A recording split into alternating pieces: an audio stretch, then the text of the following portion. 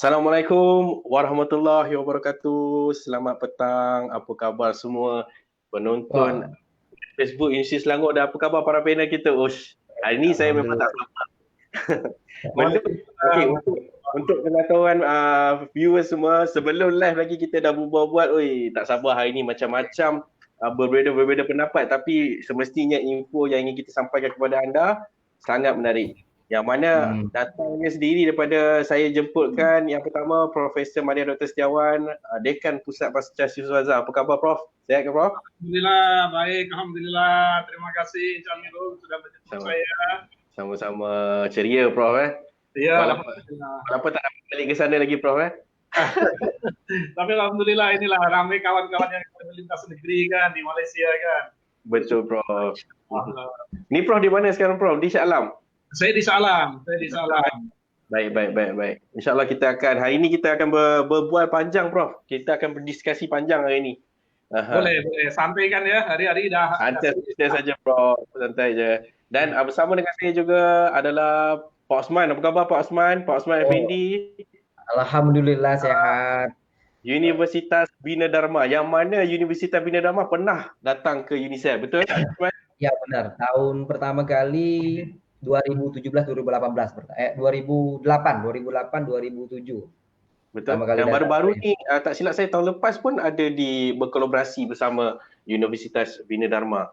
Ya, benar. Januari 2020 ini ada. Ya, betul. Ya. Itu kebetulan saya selalu ikut itu. Kebetulan kalau ke Indonesia. Kita tak berkenalan semasa tu Pak Osman. So kita berkenalan dalam video call. Ya. Mungkin waktu itu kalau kita itu enggak nyangka gitu kan.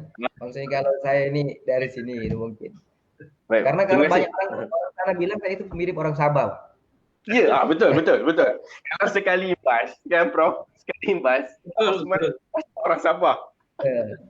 Iya. Okey Pak Osman, terima kasih Pak Osman kerana sudi luangkan masa bersama kita. Kita akan berdiskusi panjang sebentar lagi. Saya nak mengalukan juga Bu Citrawati. Apa khabar Bu? Sihat ke? Alhamdulillah sehat. Di mana sekarang Bu? Saya di posisi sekarang sedang di Lampung, Bandar Lampung ya. Iya. Dan untuk makluman semua, Bu Citra sudah hampir menghabiskan PhD-nya di Malaysia ya, selama berapa? 6 tahun ya? Kalau PhD-nya saya sekitar 4 tahun. 4 tahun. Ya. Di Malaysia 6 tahun. Kenapa? Dah berada di Malaysia selama 6 tahun ya? Berada di Malaysia selama 6 tahun. Dan ini baru kembali dari Malaysia ya, Januari akhir 2020 baru di Indonesia. Ya, jadi ini baru berapa bulan ini? Ya, baru 4 bulan lah di Indonesia. Sebelum PKP yang pertama. Iya, sebelum betul. PKP. Kalau di Malaysia sebelum PKP yang pertama. Iya. 18 Maret kan, PKP pertama kan? Iya. Saya pernah datang ke semalam Februari ya. Hampir last PKP itu. Datang ke Malaysia, kembali datang kejap je datang. Last sudah di close. Sudah close. Datang melawat Bu Citra. Ya, dengan my husband ke UNICEF untuk ada memang yang harus diselesaikan. Jadi untung kita sudah bisa balik lagi ke Indonesia, kalau nggak di sana terus nih. Kalau kita beraya bersama lah Bu Citra. Kita sambut beraya bersama. Beraya lagi di Malaysia. Macam Bu Citra dah biasa beraya di Malaysia. Mungkin kita nak cerita sikit macam sebelum kita ke topik utama kita, nanti kita cerita sikit pasal-pasal raya ni.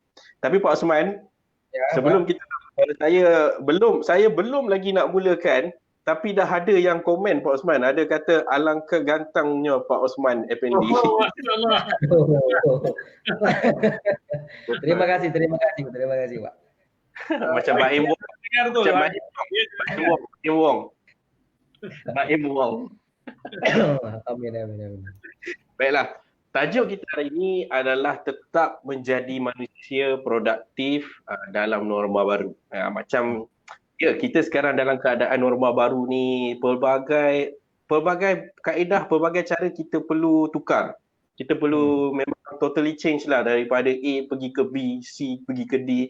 Mungkin kalau di sana macam mana Pak Osman dan Bu Citra? Adakah ya kalau di Malaysia sekarang ni dalam fasa pemulihan, walaupun dah boleh bergerak keluar tapi proses pemulihan tu kita SOP yang dikenakan masih lagi kita kena follow. Tapi kalau di Lampung ataupun Palembang sendiri bagaimana Pak Osman? Kalau di kita sekarang Palembang ini masih red zone ya Pak ya. Kita masih namanya PSBB, pembatasan sosial berskala besar. Jadi kita itu pergerakan masih di jalan-jalan, masih ada masih beroperasi. Seperti kantor, office itu masih ada operasi, tapi sifatnya yang urgent aja datang ke office. Misalkan kayak di Bina Dharma ini ada namanya kalau kita itu piket ya. Hari-hari apa misalkan hari Sabtu, hari siapa orangnya seperti itu. Tapi ya bicara normal. Tapi intinya pekerjaan harus diselesaikan gitu. Tapi untuk apa aktivitas supaya kelihatan gedung itu nggak mati gitu kan? Ya ada yang datang sekali. Betul. Gitu kalau di proses, kalau di Universitas Bina Dharma sendiri proses pembelajarannya semua kaedahnya secara online seperti yang kalau di Indonesia pun secara online juga Pak. Kalau di sana bagaimana? Kalau di Bina Dharma ini sebelum ada COVID juga kita sudah menerapkan namanya 97 Pak. 97 itu 9 tatap muka, 7 wajib learning. Jadi kita ada namanya wajib learningnya 7 kali. Kebetulan waktu COVID, jadi kita sudah terbiasa pakai e-learning gitu kan. Kita sudah biasa pakai e-learning, jadi ya, mahasiswa itu migrasi dari tatap muka yang 9 itu tadi ke jadi full 16 kali pertemuan jadi online semua. Jadi siswanya sudah terbiasa. Jadi alhamdulillah sekali transisinya gitu. Alhamdulillah. Walaupun kita dilanda COVID tapi semuanya aman. Alhamdulillah. Kalau cerita pasar raya, sebelum kita cerita masuk pasal tajuk kita nak juga cerita pasar raya. Dan Prof. Yes, raya selalu kalau Prof raya balik ke mana? Balik ke sana atau raya kalau family ada gathering begitu memang balik kampung lah. Tapi kadang kalau lewat beli tiket mahal, so biasa lepas raya kadang. Betul. Ya, kadang pernah alhamdulillah ada rezeki memang 1 tahun sebelum boleh arrange, tapi kadang juga angus juga. Betul. Boleh silaturahim kan dengan keluarga kan. Silaturahim juga, rezeki juga boleh berjumpa walaupun via maya. Dan kalau yang baru-baru ni dalam keadaan baru ni Prof di sini sajalah di Shah Alam lah Prof. Di Shah Alam saja ya sedihlah. Tapi saya buka inilah takbir live juga lah. Takbir live. Jangan sedih lah Prof, jangan sedih lah. Nanti saya temanin Prof kalau saya ke sana. Ya boleh. Macam Bu Citra sendiri, kalau soal Bu Citra tadi sepanjang kita berbual sekejap tadi, Bu Citra sebelum ni selalu menyambut Aidilfitri di Malaysia. Ya, betul. Mungkin Bu Citra boleh cerita sikit lah perbezaan tu. Mungkin kalau di Malaysia, Bu Citra mungkin tahun pertama Bu Citra sambut raya di Malaysia macam mana? Cara perasaan tu. Okey. Saya di Malaysia 6 tahun. Kemudian pertama kali datang ke Malaysia kebetulan Januari, jadi tidak lama dari situ raya kan. Jadi kata Prof tadi memang kalau kita mau pulang itu arrange-nya sampai 1 tahun sebelum kalau memang mau balik. Nah pertama kali kita tidak boleh pulang di Malaysia merayakan raya Aidilfitri itu memang rasanya kejut lah ya. Jadi kami apa yang berbeza tu? Ya, lepas solat di surau bersama family, kita datang ke rumah tu, habis lepas tu makan, kita bingung, tak ada orang nak datang ke rumah kita. Atau di luar pun tak ada orang lalu apa-apa. Lepas tu, yaudah kami tidur, istirahat. Kata kami ni macam mana lah raya macam ni ya. Jadi rasanya memang sedih betul. Betul kata Prof tadi, kalau sudah terbiasa, sudah tahu. Tapi karena belum tahu, kenapa macam ni? Next year-nya kita lebaran yang raya kedua yang tahun itu, kami sudah tahu kalau memang tak ada orang nak datang kan. Jadi kami jemput semua kawan-kawan Indonesia datang ke rumah kami, masak makanan. Jadi lepas dari solat Biasa mereka kalau kami duduk Kajang, mereka sholat di UKM, di Putrajaya, di mana. Mereka kami jemput datang makan ke rumah. Jadi kami beraya lah sama-sama kawan-kawan student, kawan-kawan Indonesia. Baru itu berasa raya. Awal pertama kali memang tak ada rasa betul. Kami sedih betul, nangis. Kenapa macam ni? Kalau di Malaysia dia macam unik sikit Bu. Kalau mungkin raya pertama tu dia macam lebih kepada family-nya kan. Kalau masuk lebaran kedua tu kita invite teman-teman dan sebagainya. Tapi kalau di Indonesia memang raya pertama tu lebaran pertama itulah. Ya, raya pertama itulah memang kita memang momen yang memang ramai sangat kalau kat Indonesia. Jadi all family, all kawan-kawan semua raya pertama. Nah, raya kedua Indonesia tu punya budaya kita pergi bercuti ke mana-mana raya kedua atau yang family yang jauh-jauh baru kita datang. Tapi raya pertama itu memang seronok sampai malam kalau di Indonesia. Kalau di Malaysia memang tak macam tu. Nanti dia raya kedua, ketiga, masih banyak raya ya. Raya sampai raya 7, raya 8. Raya sebulan. Ya, Masakannya, makanannya macam mana Pak Osman? Kalau di sana berbeza ke? Kalau sini rendang ayam tu mestilah. Pagi-pagi lebaran tu mesti ada. Kalau dekat sana apa yang menu yang spesialnya? Kita nak tahu. Kalau menu ini banyak Pak. Kalau menu tergantung daerah. Kalau di Palembang ini makanan khasnya itu pempek, Pak, namanya pempek. Kalau pempek itu pasti ada.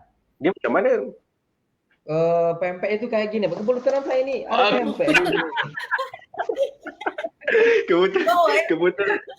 Ini ceritanya gini Pak. Saya kan tadi ada yang beliin saya pempek ini. Jadi saya tunjukin gimana pempek itu Pak ya. Kebetulan pempeknya saya terkejut juga. Pempeknya banyak sekali nih Pak. Ada tulisannya lagi Pak Usman ini. Nah ini pempek ini Pak namanya. Ada cukanya namanya. Nah ini pempek. Nah itu biasanya setiap rumah itu pasti ada. Tapi kalau untuk ini makanan apa dibilang cemilan dia agak berat Pak ya. Jadi ini intinya makanan wajib lah kalau di Palembang. Selain itu untuk makanan tekwan, ada namanya model Pak ya, tekwan model. Kalau untuk makanan-makanan kayak gini. Kemudian kalau makanan untuk kue-kue gitu misalkan maksuba, engkak ketan, 8 jam. Tak pernah rasa, tak pernah tahu macam mana bentuk dia. Prof pun tak pernah bawa ke saya, Prof. Ya. Boleh. Betul boleh buat main-main itu. Oh ya. Nanti kalau saya ke UNICEF nanti saya belajar dulu di sini. Saya jujur aja nggak bisa buat pempek. Tapi pada umumnya bisa. Nanti saya coba buat pempek di sana. Baik.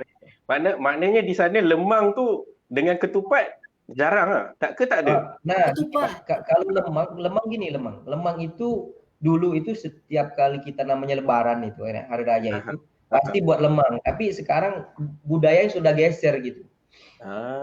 Sedikit yang buat lemang sekarang. Hanya di desa di kampung-kampung aja mungkin. Tapi nggak terlalu banyak. Kalau dulu enak buat lemang, ada anak-anak ramah ikut bantu. Kalau sekarang sibuk main gadget anak-anaknya, jadi nggak sempat buat lemang jadi. Sekarang kaedah dah banyak, buat lemang pakai tin pun ada saya dah tengok. Ya gitu. Baik. Sebelum tu saudari Suzianti, Pak Osman kena bawa ke computing nanti. Maksudnya kena bawa apa nama tu? Pempek tu ke computing. Bawa datang di sini. Ke tempat bakal belajar Pak Usman. Ya, best dah. Ya, citranya aja Pak saya bawa, gambarnya. Baiklah, okey. Kita dah berbual panjang secara intronya, kita dah tahu sedikit sebanyak walaupun kita serumpun ni kita sambutan tu berbeza-beza kan. Kalau di sana makanannya lain, cara sambutannya lain, tapi itu yang menjadikan keunikan di antara Indonesia dan Malaysia. Kita tetap bersatu. Baiklah, kita teruskan dengan topik utama kita. Di sana di Indonesia pun kita hidup dengan norma baru sekarang. Kalau di Malaysia pun sama. Pendapat Pak Osman sendiri, bagaimana menguruskannya? Sukar ke ataupun ialah dalam keadaan sekarang Pak Osman sebagai pensyarah di sana, apa yang menjadi kesukaran Pak Osman dan bagaimana Pak Osman mengatasinya Pak Osman? New normal ini, normal baru ini sebenarnya membuat kita lebih aware aja gitu. Kalau selama ini ya kita nggak pakai masker kemana-mana gitu kan. Mungkin ya kita touch pintu atau bilik ya, pintu atau bilik itu kan ya sembarangan aja. Kalau sekarang kita buka pintu aja gimana gitu. Kita jarang harus pakai masker, kemudian pakai hand sanitizer dan cuci tangan terus-menerus. Nah, mungkin kita gini, kan kita kebetulan ini muslim semua ya kebetulan. Jadi kita itu balik ke fitrahnya diri kita seperti itu kan. Kita namanya kebersihan itu sebagian dari iman. Berarti kita harus jaga kebersihan. Nah, tapi dari sisi pekerjaan, mungkin new normal baru ini, sebenarnya kita itu dituntut untuk menghasilkan sesuatu. Kalau selama ini mungkin kalau kita kerja, itu ya yang penting kerja. Nggak ditanya itu gimana progresnya, mungkin nunggu timeline-nya habis. Tapi kalau kita new normal ini atau nanti masuk kerja kayak gini, kita bekerja harus menghasilkan sesuatu. Baru dianggap kita itu ada hasil kerjanya. Itulah namanya dalam new normal ini. New normal atau keadaan COVID sekarang ini kita dituntut untuk bekerja dengan hasil, bukan bekerja tanpa hasil gitu. Jadi yang diukur hasilnya gitu Pak. Baik. Betul. Dan kalau iya Pak. Dan kalau di Prof, kalau di unit Prof sendiri ya, kalau mungkin Prof boleh selaku dekan Pusat Pasca Siswazam, mungkin peranannya kalau sebelum ni berbeza sikit. Kalau sekarang dengan new normal ni, apa perancangan ataupun apa yang mungkin Prof boleh kongsikan kepada viewers semua, Prof? Silakan. Ya, Encik Amirul ya, Putra dan Pak Usman. Memang ini satu cabaran kepada pengurusan, tapi juga kepada pelajar. Tapi apapun, keselamatan adalah yang diutamakan. Ya. Keselamatan yang diutamakan. Jadi alhamdulillah panduan dari kerajaan ataupun dari jabatan-jabatan terkait itu sudah ada. Jadi kita pun ada buat mengikuti panduan itu. Ya. Jadi yang pertama sekali kita memang masa PKP itu memang kita sudah menjadi kebiasaan kami untuk selalu buat dalam cloud data. Jadi data sudah bukan dalam store ini drive PC, tapi sudah dalam OneDrive yang kebetulan di set pun ada ini ya cloud. Jadi kita boleh share di situ file yang mana sehingga pelayanan ataupun perkhidmatan kepada pelajar tidak terjejas ya. Sehingga masa itu ada yang sepatutnya jadwalkan untuk membuat proposal defense ataupun membuat candidature defense. So kita just buat grup kecil temporary, kemudian semua kita settlekan masalah teknikal, kemudian kita laksanakan secara maya. Ya. Ada yang di Padang, ada yang di Salam, merata-rata tempat. Ya. Kemudian yang itu kita penambahbaikan lah sedikit-sedikit begitu kan. Kadang karena talian internet bila lumayan ni kadang ada masalah ni kan Prof kan. Betul. Jadi yang itu sudah ada panduan yang kita sudah standar. Ya. Kemudian kita pun membuat monitoring kemajuan pelajar. Ya. Kemajuan pelajar memang kita penyelia pun dengan pelajar itu selalu buat video conference kan, yang itu mereka sudah ada yang teratur membuat secara reguler. Ya. Dan yang paling penting lagi adalah semua kami di pejabat ini memang amalkan awal lagi kita letak hand sanitizer sudah di depan. Dah awal-awal letak lah. Awal lagi. Ketika masa Tuhan sudah ada ini, kemudian hand sanitizer ke apa mas, memang biasalah macam tu. Manusia ini kadang kalau ada kerisauan nak beli banyak-banyak. Banyak-banyak. Tapi alhamdulillah kami tidak membeli banyak lah, membeli yang cukup saja. Kadang keperluan. Betul, keperluan. Jadi perkhidmatan oke, kemudian pelajar pun oke.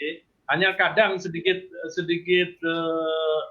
tapi bukan masa PKP juga. Walaupun online macam ini, untuk agree pada satu masa yang semua boleh available atau boleh free, itu juga bukan mudah.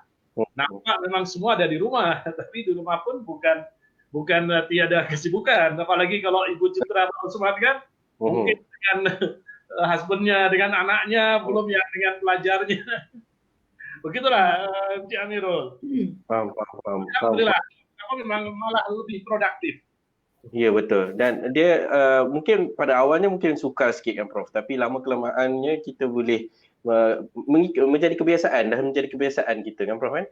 Mungkin betul. Mungkin Bu Citra, bila kita cerita tentang productivity ni Bu Citra, mungkin apa pandangan Bu Citra sendiri tentang productivity? Mungkin ada perkara yang perlu dilakukan untuk jadi produktif, ataupun apa sendiri pandangan Bu Citra? Kita nak sama-sama dengarkan. Okey. Kalau kita berbicara tentang productivity produktif ini kan maksudnya kita mampu menghasilkan sesuatu ya dalam jumlah yang memang besar dan itu menghasilkan. Kalau dikatakan dia tidak mampu menghasilkan sesuatu itu dikatakan bukan produktif ya. Nah, kalau saya sih pendapat saya ini dari banyak perspektif. Misalnya kita sebagai student. Kalau student mungkin selain kita belajar di online ya, pada saat kondisi pandemi, kita juga bisa menghasilkan sesuatu.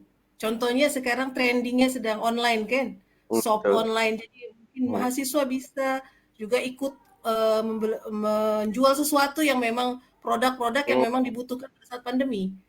Secara online. Kalau dari perspektif sebagai ibu rumah tangga, nah ini yang lagi trending sangat punya potensi ya.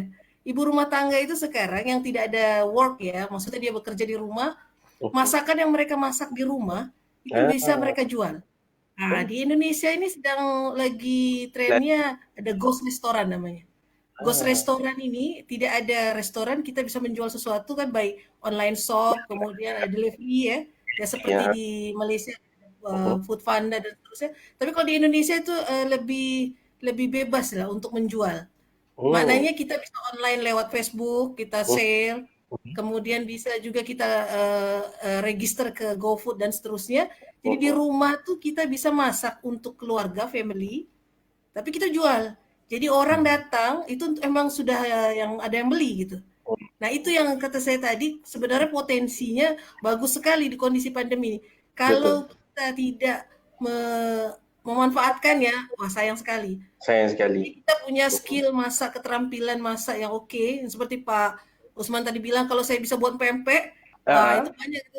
Orang tidak mau keluar rumah ya, karena takut resiko. Berarti dia jual aja by online, kemudian nanti ada yang mengantar seperti GoFood, GoPanda gitu yang mengantarkan delivery, semua berjalan dan dapat penghasilan lebih. Nah ini contoh dari keluarga saya semua buka ghost restoran semua, hampir kakak adik ya. Jadi mereka omsetnya di GoFood pun jadi masuk 30 besar. Kenapa? Karena memang banyak yang peluang tu ada di situ. Kadang mereka tak nampak pandemik COVID-19 tapi tak perlu buat apa. Sebenarnya dalam COVID-19 ni lah macam yang Bu Citra kata tadi kan, mungkin boleh ambilkan peluang ni sebagai satu penjaraan modal bisnes mereka. Ya, maknanya kita tidak ada modal banyak karena hanya di rumah ya. Kita tak perlu buka restoran atau apa. Kita hanya masak untuk family aja, kita bisa jual macam-macam kan. Itu. Kalau seperti saya bulan ini karena baru balik dari Malaysia ya, saya tak ada free ya, tak ada kelas. Saya memang riset ya, jadi memang all day saya habiskan untuk riset. Jadi memang ngajak mau nanti risetnya ya. Riset itu hampir setiap hari dari maraton dari awal puasa terus selesai proyek 1 masuk project 2 dan tapi memang lebih efektif di rumah. Jadi ini saya memang stay at home betul-betul tidak keluar, tapi memang banyak progres bisa selesai karena dalam biasanya 1 bulan bisa 2 minggu selesai. Mantap.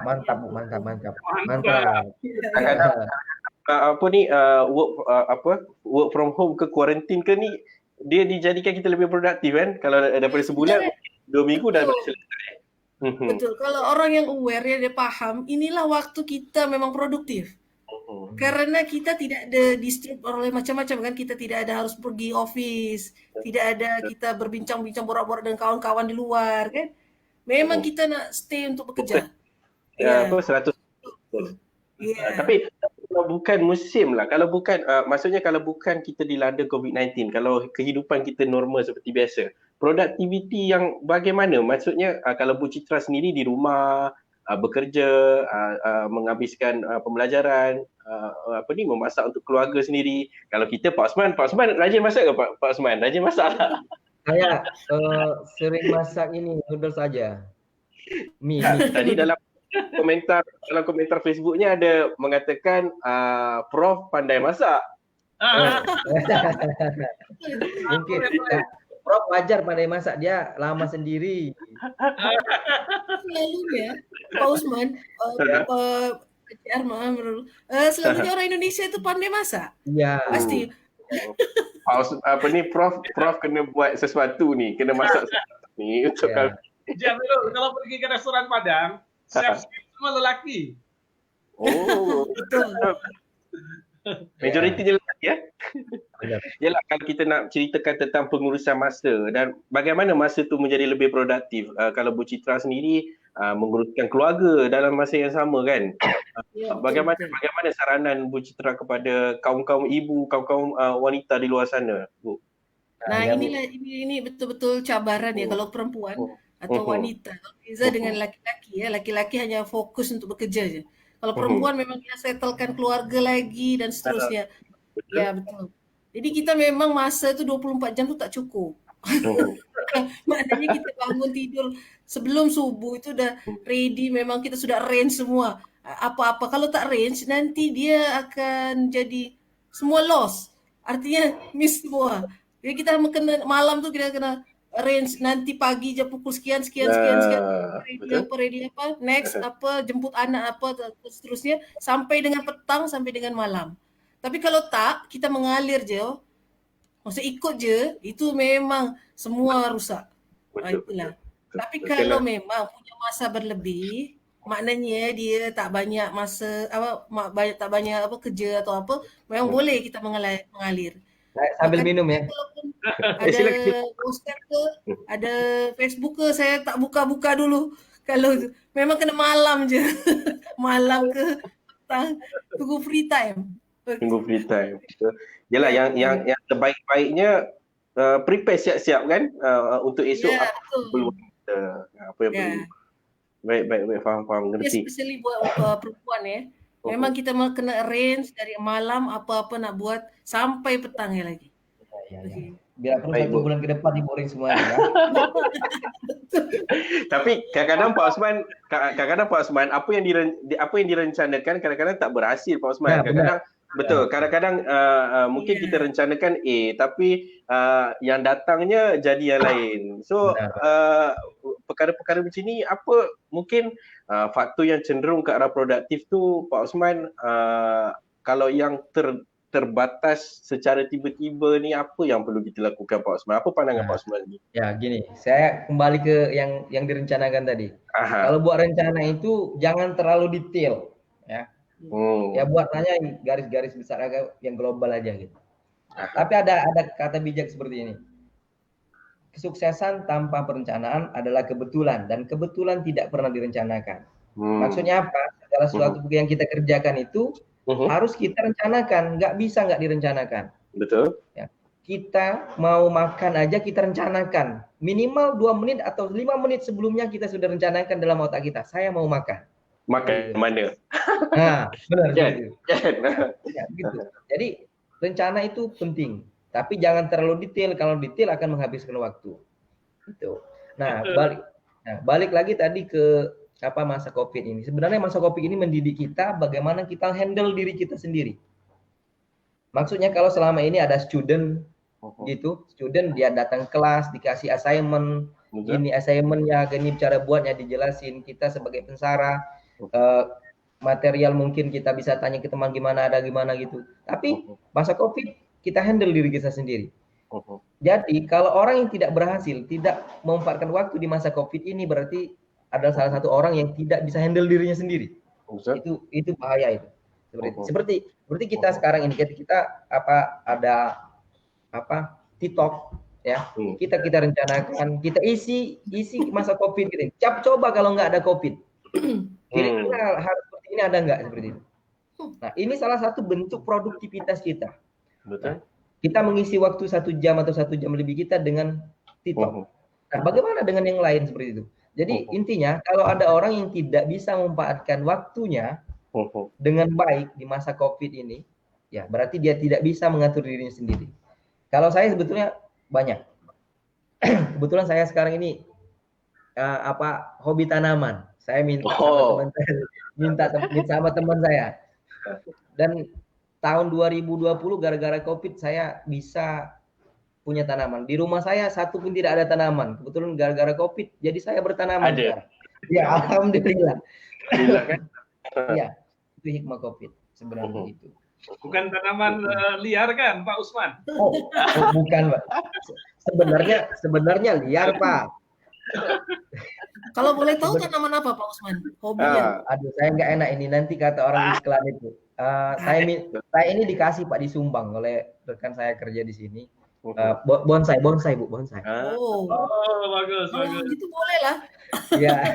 Boleh lah kita main-main ke sana nanti. Iya, Bu. Teman saya punya kebun bonsai, Bu. Banyak bonsainya. Jadi saya silaturahmi sambil minta bonsai, Bu. Kalau gitu sambil. Ya, betul. Saya besok silaturahmi ke Pak Usman sekalian minta bonsai ya. Saya kasih bibit bonsainya. Betul, Pak. Iya. Baik. Right, okay. Mungkin ramai yang merencanakan kan untuk habis contohlah dah boleh rentas negara ni nak pergi bercuti lah, pergi bercuti di Bali lah, apalah sebagainya kan, Prof. Mungkin dekat sini kalau produktiviti bersama keluarga itu sendiri, adakah kalau kita cerita tentang produktiviti ni selalunya apa yang direncanakan dalam hasil kerja dan sebagainya kan, Prof. Tapi kalau produktiviti bersama keluarga itu sendiri, apa yang boleh kita wujudkan? Apa implikasinya? Macam Prof sendiri bersama keluarga, apa yang aktiviti yang selalu dilakukan? Yalah sebab setahu orang kat luar sana hanya tahu produktiviti je kerja. Tapi sebenarnya bukan, apa yang kita buat bersama family juga antara satu perkara yang baik lah, yang penting untuk kita punya productivity. Mungkin Prof boleh cerita ataupun sharekan apa yang Prof selalu lakukan bersama aktiviti bersama family dan sebagainya. Ya. Memang begitu Cak Mirul ya. Tadi saya setuju dengan Pak Osman lah. Rancangan itu perlu dibuat. Kalau kita tak merancang itu memang mungkin sudah 50% atau 50% failure lah ya. Jadi macam Pak Osman pun dia sudah merancang Julai ini nanti nak belajar di Unicel itu. Itu. Itu pertama rancang untuk diri sendiri dulu. Jadi kalau diri sendiri sudah settle rancangan, insya Allah kita boleh merancang dalam yang tanggung jawab kita, dalam jagaan kita. Ada dua yang kadang kita terlupa. Sebenarnya semua sudah diberi peluang mulai dari kita lahir sampai tak tahu kita umur berapa nanti, yaitu kesehatan dan masa. Ya. Kesehatan dan masa ini kadang kita habiskan begitu saja, ya. Dan yang susah ini, ya, kita tak boleh buat switch time tau. Yang semalam kita tak boleh ulang balik semula, tak boleh. Diundur balik kan, Prof. Iya. Jadi yang ada adalah masa sekarang saja. Yang besok pun belum tentu lagi kita sampai, tapi perlu kita rancang. Itu yang saya setuju. Jadi kalau dalam family ini, ya, ada beberapa, bukan petuah lah, ya, ada 3 sebenarnya benda yang perlu kita menjadi sifu lah, menjadi master atau kita kuasai. Yang pertama kita boleh membagi masa, boleh membagi masa. Kemudian yang kedua kita boleh kawal tenaga kita, kawal energi kita, ya. Dan ini yang semua kadang terlupa adalah apa? Kena stay fokus, kena prioritize. Apa pada masa itu? Kalau pada masa itu saya sebagai ayah, maka ayah lah yang saya sebagai tugas ayah. Karakternya ayah lah, betul. Ya. Dan kalau sebagai suami, maka apa sebagai suami pada saat itu? Sebagai kawan apa? Kemudian sebagai pensyarah kah? Di situ. Jadi masa saja tak cukup. kesehatan saya tak cukup, tapi fokus pada masa itu apa, sehingga kita tahu apa yang terbaik pada masa itu dengan kesehatan yang macam sekarang ataupun dengan kesehatan yang kita punya. Nanti Amirul mungkin boleh masih sukan lagi bola sepak atau apa. Pak Usman pun begitu. Kalau usia saya bola sepak, mungkin lepas itu ambulan kesehatan. Boleh Prof, tapi slow-slow, pelan-pelan. Jadi itu yang tiga yang utama itu. Faham. Jadi yang saya buat sekarang kadang anak jauh, cucu pun jauh ya. So saya setiap habis subuh saya coba biasakan sekarang pun boleh belajar rame-rame kan, ustaz-ustaz lain. Belajarlah dakwah kepada anak sendiri, kepada cucu sendiri. Jadi saya buat recording, kemudian sebentar saja. Ya kita sekarang ada teknologi, Prof. Betul. Nah, ini mau jadi YouTuber jangan-jangan, Prof. Ya, karena fikir dulu yang utama. Kalau fikir sudah betul, ya, kalau minda sudah betul, kalau hati sudah betul, semua akan betul, semua akan baik. Sehingga membagi masa, menggunakan masa pun boleh, kemudian letak prioritas pun betul. Nah, itulah. Baik. Itu saranan cadangan yang cukup bagus, Prof. Yalah, kita kena rencanakan, tapi dalam masa yang sama kita kena ikut kita punya karakter lah. Kalau bersama family ni macam mana, kalau urusan kerjanya macam mana kan, Prof? Betul. Ya. Kalau Bu Citra, kita bila kita cerita tentang penerimaan ni kan, macam dalam norma baru ni penerimaan Bu Citra sendiri bagaimana? Bagaimana nak menguasai dari masa ke semasa dalam kaedah yang berbeza-beza tu, mudah ke atau sukar bagi Bu Citra? Kalau saya di sini ya, ini kondisi dari lingkungan dulu ya, environment yang ada. Lampung ini tidak seperti di Palembang, di tempat Pak Usman. Di Lampung ini masih kondisinya sangat kondusif. Jadi masih kita ada yang masih green zone ya. Atau dengan kata lain kami belum ada PSBB. Jadi kalau di Indonesia itu, kalau di Malaysia PKP itu menyeluruh kan. Nah, kalau di Indonesia PSBB itu hanya wilayah-wilayah yang memang dia punya risiko sangat tinggi. Sangat tinggi ya. Penularan dan seterusnya. Jadi kalau Palembang karena dia lebih besar dari Lampung, dia sudah masuk dalam PSBB, tingkat yang positif dan seterusnya sangat tinggi ya. Nah, ini di Lampung khususnya dia tidak ada. Jadi yang saya sampaikan tadi, kalau di Palembang mungkin new normal ini terasa sekali ya perbedaannya. Tak boleh keluar. Betul. Kalau di Lampung memang kami tetap lockdown sebelum new normal, tapi tidak terasa seperti di Jakarta, seperti di Palembang. Activity itu hampir masih seperti normal. Jadi orang keluar memang yang urgent saja, memang ada kepentingan. Betul. Tapi kalau saya lihat dari lalu lintas, kemudian pasar dan seterusnya masih seperti activity normal. Yang saya heran. Kalau Lampung mungkin tidak seperti yang lain kondisinya. Nah, untuk new normal ini, kalau kita di Lampung memang seperti angin segar juga. Artinya yang tadinya memang aktivitinya tidak bisa lagi berproduktif dan seterusnya, memang mereka sudah mulai sekarang yang berjualan dan seterusnya sudah bisa dan seterusnya. Jadi yang penting mengikuti protokol kesehatan. Jadi mal-mal pun sekarang sudah buka. Mungkin di Palembang pun sama ya kondisinya ya. Di Palembang dan seterusnya sudah buka, tapi kita harus mengikuti protokol kesehatan. Maksudnya SOP-nya seperti apa. Nah, jadi kalau Encik Amirul nak datang ke Lampung memang tak ada rasa di sini nih PSBB. Bolehlah datang. Cuma di Palembang, keadaan di Palembang yang ya terasa. Betul. Apalagi Jakarta ya. Jakarta mungkin kondisinya sangat mencekam ya dia. Karena memang keluar masuk Jakarta tidak boleh dan seterusnya orang masuk. Kemudian banyak sekali tempat-tempat yang memang sudah tidak ada lagi aktif ya. Kalau di Lampung masih banyak. Itu yang saya heran kemarin pada saat bulan puasa. Bulan puasa itu orang-orang kalau di Malaysia macam apa Ramadan ya, pasar Ramadan petang sebelum buka puasa tuh masih ramai. Itu yang saya heran. Macam mana orang berbelanja makanan berbuka puasa nih, pinggir-pinggir jalan tuh masih banyak. Kalau di Palembang mungkin karena PSBB mereka tidak boleh. Ya. Itu yang hanya menggunakan delivery. Iya. Aja kan. Betul. Nah, kalau di Pringsewu di kampus kami ini 1 jam dari Bandar Lampung. Saya stay-nya dari kampus tuh 1 jam ya. Pringsewu tuh lebih kecil kabupaten. Kalau di semacam di Malaysia tuh mana ya? Nilai lah 1 jam dari Nilai ya, dari kota ya.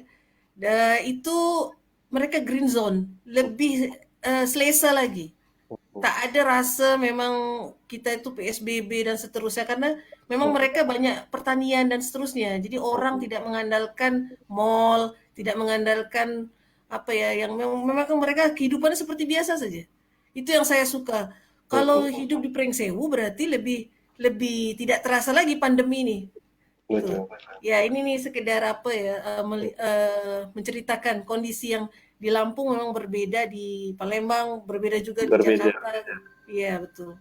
Mungkin di Lampung ya, karena di Lampung ini dia macam dari Pulau Jawa ke Pulau Sumatera. Jadi yang nak pergi ke Palembang lalu Lampung, yang nak pergi ke Medan, saudara lalu Lampung, semua lalu Lampung dulu. Awalnya kita kena infeksi duluan, Prof. Jadi awalnya memang yang positif duluan banyak, tetapi ternyata karena kota besarnya lebih banyak Palembang ya, masyarakat dan rakyatnya lebih banyak ya, mereka yang lebih besar tinggi, akhirnya PSBB. Kami tidak ada PSBB. Jadi ya fleksibilitas ya, memang keluar pun masih sering. Jadi saya sama family keluar, tapi misalnya anak-anak di mobil saja itu nggak apa-apa. Maksudnya kita masih kemana-kemana, makan pun masih tidak makan di tempat ya. Di tempat, di kedai take away ya. Jadi anak-anak tidak boring di rumah, kita jajak jalan tuh masih bisa. Tapi kalau PSBB, kalau di Palembang kalau nggak salah tidak boleh ya, 1 mobil 2 orang. Pak Smart, ya betul ke Pak Smart? Iya, dia strike ya. Tak dengar suaranya Pak Smart. Kalau aturan berkendara kita, kalau pakai kereta, pakai mobil, itu 2 orang, 1 driver, satunya di belakang. Kalau motorcycle atau sepeda motor itu harus 1 family. Kalau nggak 1 family ya dia harus dia didenda lah gitu. Kalau dendanya sekitar 30 ringgit lah, 30 ringgit, atau dia membersihkan apa gitu. Tapi balik lagi masih selesa di Lampung lah ya. Iya benar. Kalau masih selesa di Lampung, masih boleh sama family naik kereta. Boleh pergi ke Lampung ke tak boleh keluar langsung nih sekarang nih. Tak boleh merentas. Kalau merentas macam ke Palembang itu kita tidak boleh sebelum raya. Memang tidak boleh mudik, aturan tidak boleh mudik. Tapi kalau sekarang sudah dibuka nih, open nih sekarang. Ya sejak ini normal ini mungkin sudah open lah ya. Sudah ini seperti semula. Iya benar. Karena di Palembang juga sekarang ini khawatir kan Julai ini kan ajaran baru nih untuk siswa, untuk anak-anak sekolah, mulai dari elementary. Jadi khawatir orang tua itu nanti anak-anaknya yang imunnya lemah itu kena COVID. Itu mereka khawatir, selalu worry gitu kan. Ya mungkin karena orang tua sekarang ini kan masih muda-muda kan. Maksudnya beda kekhawatiran orang tua zaman dulu dengan orang tua zaman sekarang gitu kan. Saya ngerasain ya. Jadi tingkat kekhawatiran orang tua zaman sekarang tinggi. Ya mungkin karena dampak handphone ini, ya sosmed atau apa. Yang di tweet di Amerika kita langsung baca gitu kan.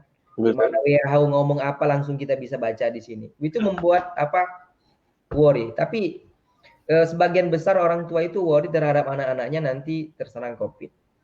Untuk kembali new normal nanti, makanya ada wacana di Indonesia ini ajaran baru itu 2021 Januari. Ya, tapi masalahnya gini, kita terlalu banyak membuang masa. Sedangkan memang kita kan siapa sih nggak takut mati gitu kan, caranya gitu kan. Tapi pada prinsipnya mati itu ajal, pasti akan datang. Tapi gini aja, kalau dari perspektif saya sendiri sih, jalani hidup secara normal, maksudnya jaga kesehatan, ya kita berusaha, kita sebagai manusia ini cukup berusaha. Keputusan itu Allah yang nentuin masalah kita dapat penyakit COVID atau tidak.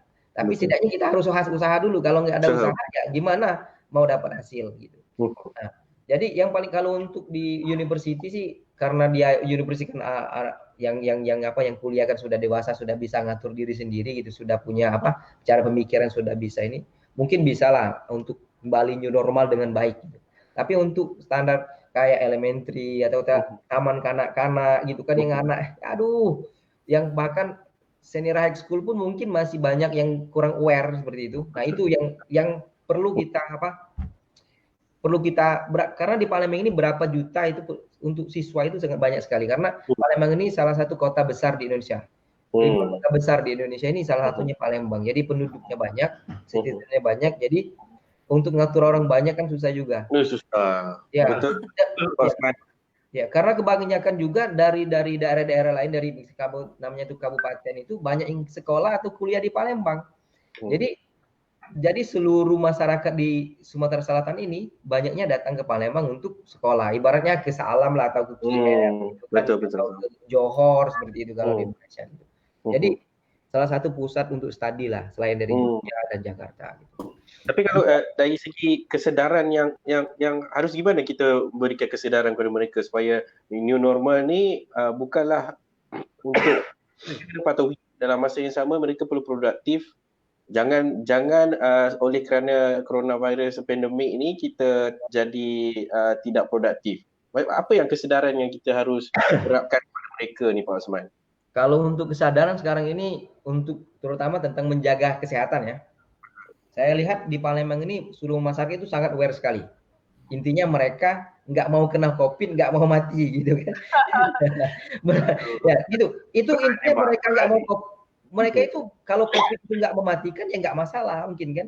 Karena mereka nggak mau mati ya makanya mereka nggak mau kena COVID. Tapi dari situ karena saya banyak sekali meme yang sekarang ini meme-nya jenazah gitu kan, stay di rumah. Kalau enggak misalkan kuburanmu nggak tahu di mana gitu kan. Karena protokol kesehatan di sini kan kalau orang meninggal langsung dikuburin, nggak tahu keluarganya, nggak tahu apa yang nggak tahu, seluruh orang nggak tahu, ya dikuburin aja gitu kan. Ya. Jadi dari situ banyak aware sekali tentang kesehatan. Tapi memang ada beberapa yang sih kurang aware. Karena apa? Yang pertama bukan kurang aware itu karena mereka nggak aware, mungkin karena keadaan seperti itu. Kan misalkan jangan suruh keluar rumah kalau nggak penting-penting. Yang driver ojol kalau kita online gitu gimana gitu kan kalau nggak keluar rumah. Sudah itu kalau yang jual es, jual tekwan model, pempek jalanan itu gimana gitu. Kalau mereka nggak keluar ya nggak bisa dapat uang. Kita dilematis seperti itu. Pemerintah juga dilematis. Mau ngelarang ya belum ada santunan mungkin untuk mereka walaupun ada yang nggak cukup untuk beberapa bulan. Jadi dilematis seperti itu. Akhirnya apa? Antara ketat dan agak ketat lah gitu untuk untuk aturannya gitu.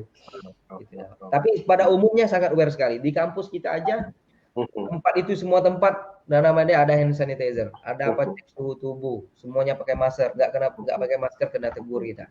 Atau ada orang selain non kampus atau mahasiswa ke kampus diusir nggak usah ke kampus gitu. Kecuali yang memang ada keperluan penting ke kampus, ke university. Gitu.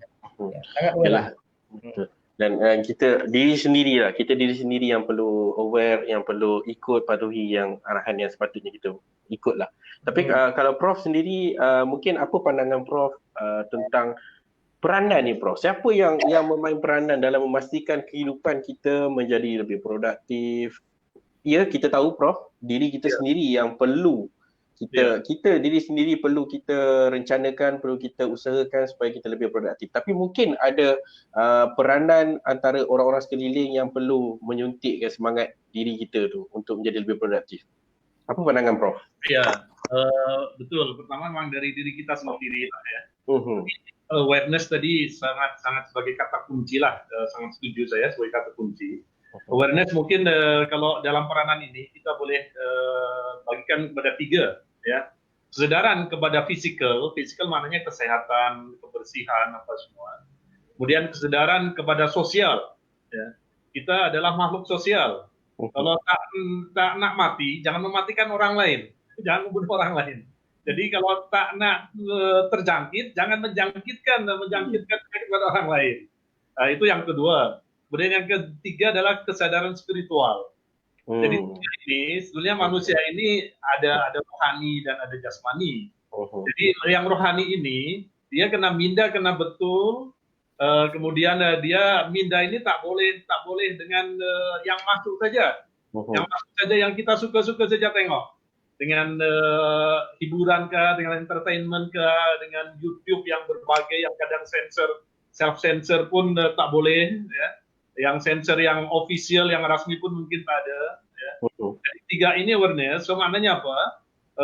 First adalah kita kena siapa yang menjadi jagaan kita. Kita kan memang sebetulnya Encik Amirul pun, Puan Citra, Bu Citra, Pak Usman pun sebenarnya adalah sebagai leader, sebagai pemimpin. Semua manusia adalah sebagai pemimpin. Ketika kita sebagai pemimpin, itu tadi bukan pada masa itu priority apa? Kalau priority pada masa saya menjabat sebagai dekan, maka saya akan tugas sebagai dekan ini saya untuk 3 awareness ini tadi. Karena tak bolehlah kita paksa dia, karena dia pun sebagai istri, sebagai ibu dari anak-anak dia, tapi ada hak dekan kepada yang diperoleh dari staf dia. Demikian juga ada staf dia yang dari bos dia ataupun dari superior dia. Nah, ini yang peran ini yang bukan bertukar-tukar, tapi mana yang priority pada saat itu? Tiga kunci itu, Encik Amirul. Spiritual, ya, sosial, fisikal. Nah, itu tadi. Tak tahulah kalau Pak Usman dengan Ibu Citra ada lagi yang keempat. Ada tambahan lagi 2 kan? Lagi tambahan. Ya, Pak Usman. Ngikutin aja Prof kita. Tapi betul kata Prof tu kan, antara 3 keperluan yang perlu kita utamakan dahulu, Prof. Dan sebelum kita akhiri, kita nak tahu juga antara kolaborasi antara Universitas Bina Dharma bersama UNICEF yang baru-baru ini, ya Pak Usman, mungkin apa yang direncanakan, apa perancangan untuk masa depan, mungkin Prof Pak Usman boleh memberi pencerahan kepada mereka di luar sana. Bina Dharma dengan UNICEF ini sudah lama kerjasamanya itu. Seingat saya pertama kali ini trigger untuk kerjasama ini waktu sit-in 2008. Waktu itu Pak Rektor almarhum Pak Bukhori datang langsung ke sana, kebetulan ngantarin kita, dan di situ kerjasamanya sangat konstruktif dan sangat saling semangat UNICEF. Tapi berimbang waktu kita kerjasamanya itu kalau nggak salah ada 16 butir, termasuk transfer kredit, sit-in dan lain sebagainya, termasuk research dan studi lanjut.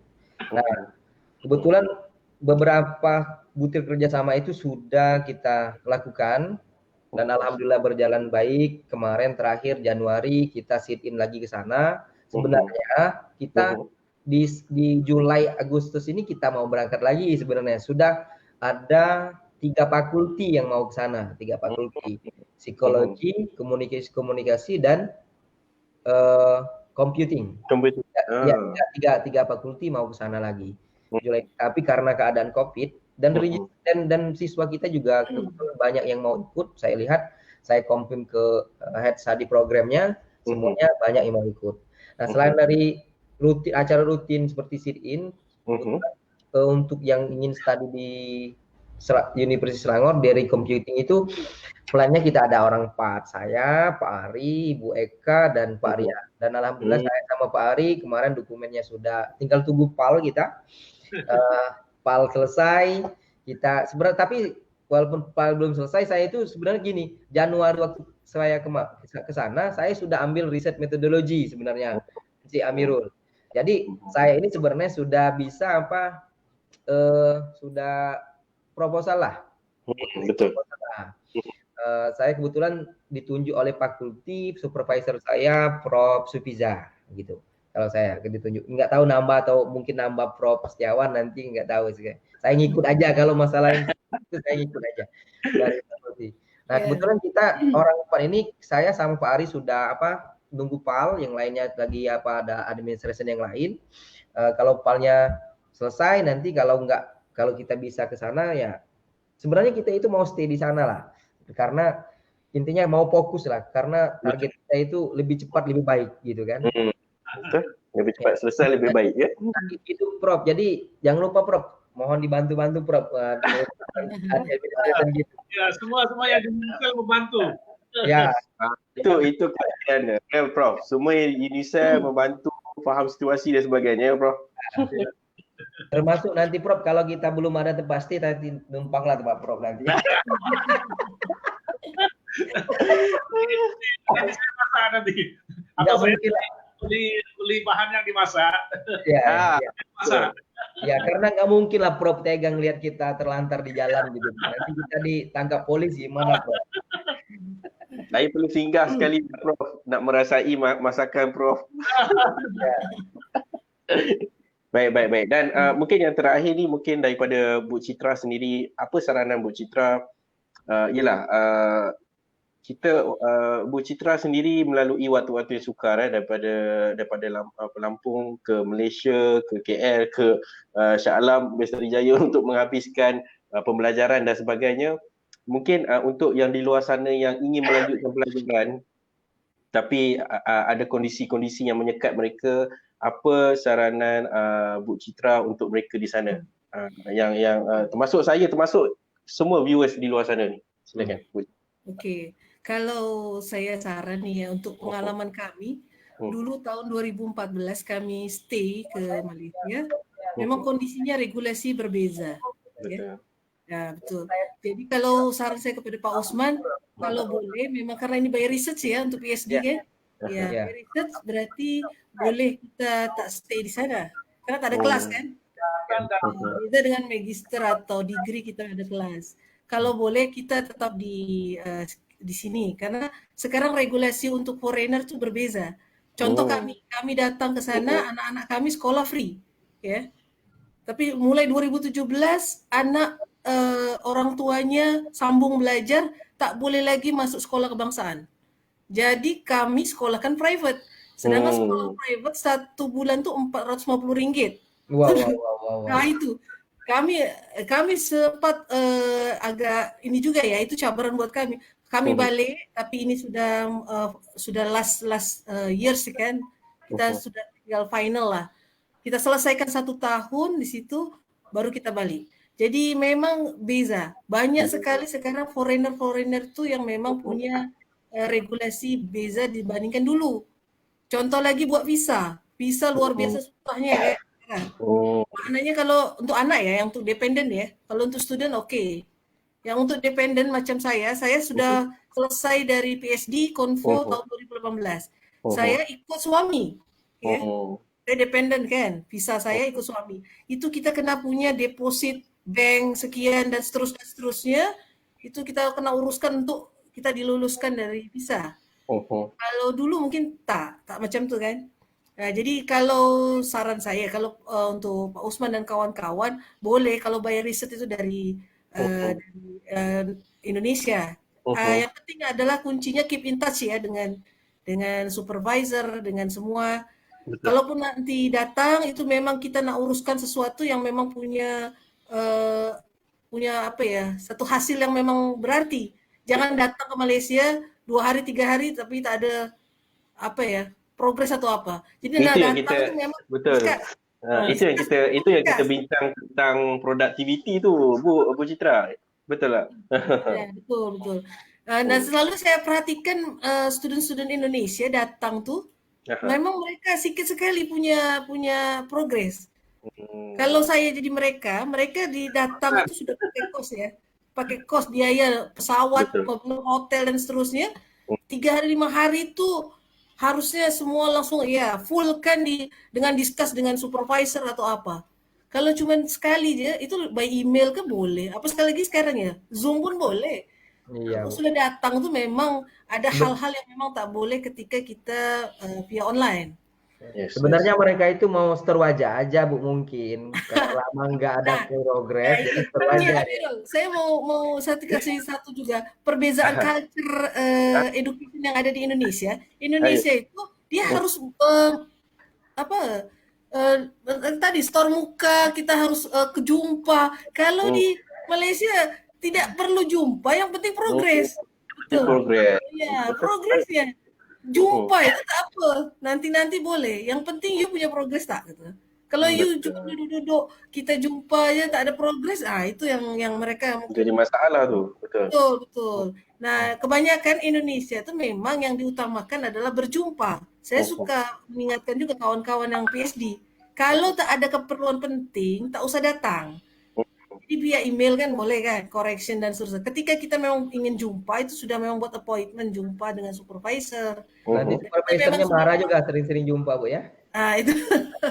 Ada progres. Berarti ongkos kalau mereka ya. Kalau saya stay kan, saya jumpa kapan pun bila-bila boleh. Tapi kalau yang dari Indonesia nak ke Malaysia, apalagi sekarang nih kawan-kawan yang setengah lagi ambil studi dari PhD kan tidak boleh ada isolasi kan?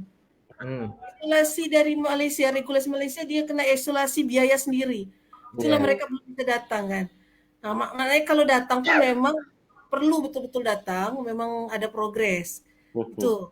Kalaupun memang ini dia kan boleh email dan seterusnya. Betul. Banyak kaedah kan, macam kita ni berinteraksi pun menggunakan video call ibarat macam jumpa juga. Walaupun kita Pak Osman dengan Bu Citra jauh sekali, tapi saya rasa dekat je. Saya rasa macam betul-betul sebelah je ni. Dan saya Encik Amirul, kenapa saya stay duduk di Malaysia? Karena saya ada family. Dua-dua kami student PhD. Suami dia kan. Kalau kami di Indonesia, kami tak mungkin kan. Kalau kita tinggalkan anak dan seterusnya. Jadi kami memang bukan katanya ingin ya, memang terpaksa harus duduk di Malaysia. Jangan terpaksa lah Bu, ikhlas. Nah itu, tanya Prof Setiawan mungkin. Bagus apa? Memang yang kebaikan kadang perlu dipaksa. Ya. Kemah je Bu Citra. Bila Bu Citra ada di sini sendiri, keadaan tu jadi lebih mudah kan, boleh jumpa dengan lebih mudah dan sebagainya. Kalau di sana mungkin sukar sikit dari segi masa dan sebagainya kan. Dua-dua okay. Tapi yang penting kalau ada tanam niat nak sambung belajar, teruskan ya Bu Citra, teruskan ya. Awal dulu saya tuh waktu ambil PhD manajemen di Unicel, saya memang belum stay 1 semester. Saya pulang balik. Ternyata anak-anak saya kan masih kecil ya, karena masih baby ya. Jadi tidak bisa ditinggalkan dalam waktu seminggu, kemudian malu lagi seminggu dan seterusnya. Kami bismillah berdoa, semua kita pindah semua duduk Malaysia. Nah, itu yang memang variabelnya banyak sekali. Kita kena visa family, kita uruskan, belum lagi biaya sekolah anak-anak sekolah ya. 3 anak sekolah dan seterusnya, luar biasa itu. Tabungan banyak kan Bu? Kenapa? Tabungan kan banyak. Kapan lagi mau ngabisinnya? Kapan lagi mau habiskan Ya, jadi akhirnya jual-jual aset ya. Enggak masalah kan sekarang balik lagi tuh aset. Ya untuk recovery-nya itu mungkin 1 tahun 2 tahun. Kami datang ke Lampung ini seperti pengantin baru ya.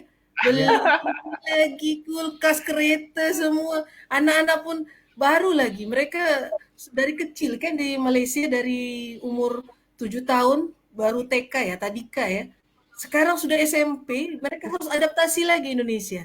Nah itu lagi kami harus proses adaptasi lagi. Sekolahnya anaknya di Malaysia aja Bu. Cocok. Jadi dia waktu selesai studi baru pulang kayak ibu. Tapi saya kasih semangat lah untuk Pak Usman dan kawan-kawan, harus semangat. Kalau boleh tuh kayak Prof Setiawan selalu buat milestone ya Prof ya. Sekolah itu kita sampai selesai berapa tahun. Kami juga tetap walaupun kami stay di sana, kami punya budget ya. Berapa tahun kami maksimum. Karena energi kita habis, belum lagi itu tadi yang semua tadi anak-anak membesar kan?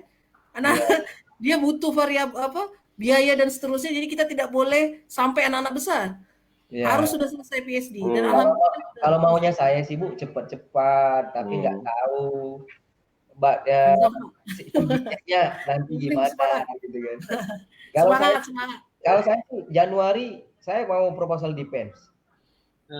Ya, saya harus proposal defense. Riset saya 2 tahun. Kemudian saya ini kalau maunya saya.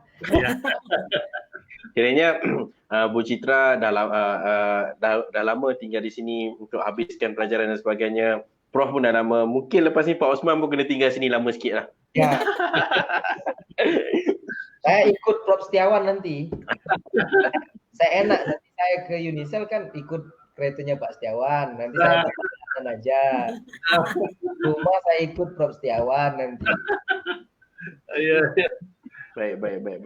Baiklah, sedar tak sedar kita punya berdiskusi ni dah sejam lebih dah. Cumanya mungkin yang terakhir kita dengar kata-kata akhir dari Prof dulu kepada semua tentang untuk penggulungan lah Prof. Apa yang Prof boleh berikan saranan ke nasihat kepada warga Unisel maupun masyarakat di luar sana tentang yalah kalau kita fikirkan tentang tajuk kita our daily life lah Prof kan, apa yang kita lakukan hari-hari perlu setiap hari perlu lebih produktif kan Prof. So apa nasihat atau saranan Prof kepada semua? Silakan Prof. Betul, itu tadilah yang pertama kita kena sedar bahwa kita adalah bersosial. Ya. Sosial ini sebenarnya tak boleh sendiri saya punya, sendiri saya kerja, sendiri saya memutuskan. Ya. Jadi alhamdulillah ya suasana di Unisel memang penuh dengan kerjasama lah. Karena dengan kerjasama ini kita boleh melakarkan kejayaan. Ya. Hanya sekarang yang perlu kita sedar bahwasanya kalau boleh memang kalau kita dengar kadang kalau kita nak pergi cepat memang larilah sendiri. Tapi nak pergi jauh kena bersama-sama. Kalau boleh memang cepat dan jauh. Jadi kalau boleh Pak Osman tadi memang sangat bagus mendaftar Julai dan kita kalender akademik tak berubah ya Encik Amirul ya yang kursus yang graduate pun tetap dan kita ikut prosedur kerajaan. Pak Osman boleh dari sana aja Pak Osman, tak ada masalah. Itu jadi yang itu tadi tetap ada ya. Itu yang saya ini ingin sampaikan kepada calon-calon pelajar Unisel lah ya. Karena boleh semakin produktif sebetulnya pada masa sekarang. Betul. Ya. Yang dulu kalau di bilik final CCTV Unisel semua yang meniru kena buang atau kena ini sekarang lagi supaya buka buku. Betul. Bagi peluang kan Prof? Dah bagi peluang. Soalan berbeda kalau buka buku dengan yang di bilik hall dengan ada CCTV apa semua, dengan yang buka buku ada yang project base, ada yang take home exam, ya, ada yang hakkan masa kena ikut. Jadi teruskan rancangan hidup, ya, dengan tetap ikut priority. Dengan kita makhluk sosial, ada semangat spiritual dan jaga fisik. Itu sajalah. Yang ketiga yang penting tu. Ya. Terbaiklah Prof. Terbaik. Dan Pak Osman sendiri apa kata-kata akhir Pak Osman? Silakan Pak Osman. Ya, yang paling penting itu kalau khusus untuk saya ini adalah semangat. Ya, harus menjaga semangat itu penting karena kalau semangat hilang, pasti semua kerjaan nggak bisa selesai. Nah, selain dari semangat, ya pasti kesehatan, ya. Kalau masalah uang ada enggak itu, ya tergantung nasib lah itu ya. Jadi yang paling penting itu semangat dan kesehatan. Dan paling penting lagi, yang paling utama itu, ya intinya kita mendekatkan diri, ya, dengan Sang Pencipta. Itu yang paling penting. Karena titik dari seluruh kita ini adalah hati, gitu kan. Kalau hati kita dekat, pasti kita akan tenang dan seluruh pekerjaan akan dengan mudah, semangat akan selalu ada dan insya Allah akan sehat. Karena jauh dari stres kalau hati tenang gitu. Benar nggak Prof? Gitu Prof. Nah, jadi yang pertama semangat, kedua sehat, yang ketiga mendekat. Itu dari saya. Ya. Mungkin itu dari saya. Ya. Baik Pak Osman. Dan Bu Citra, ada plan ke nak datang semula ke sini? Mungkin kata ayah nanti datang ni, nanti konvo my husband. Betul. Konvo tahun depan lah insya-Allah kan. Tahun ni kita tak boleh adakan konvo. Oh, macam tu. Berarti tak ada konvo ni. Kita tengok pada keadaan semasa ikut patuhi apa yang kerajaan sarankan.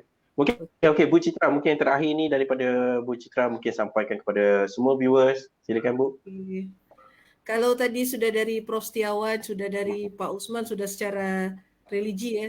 Memang saya hanya buahlah pesan saya, new normal ini adalah harapan dan tantangan. Jadi kita masuk dalam new normal nih, babak baru nih, harapannya kita bisa seperti kembali normal seperti semula, karena itu memang tidak mudah ya.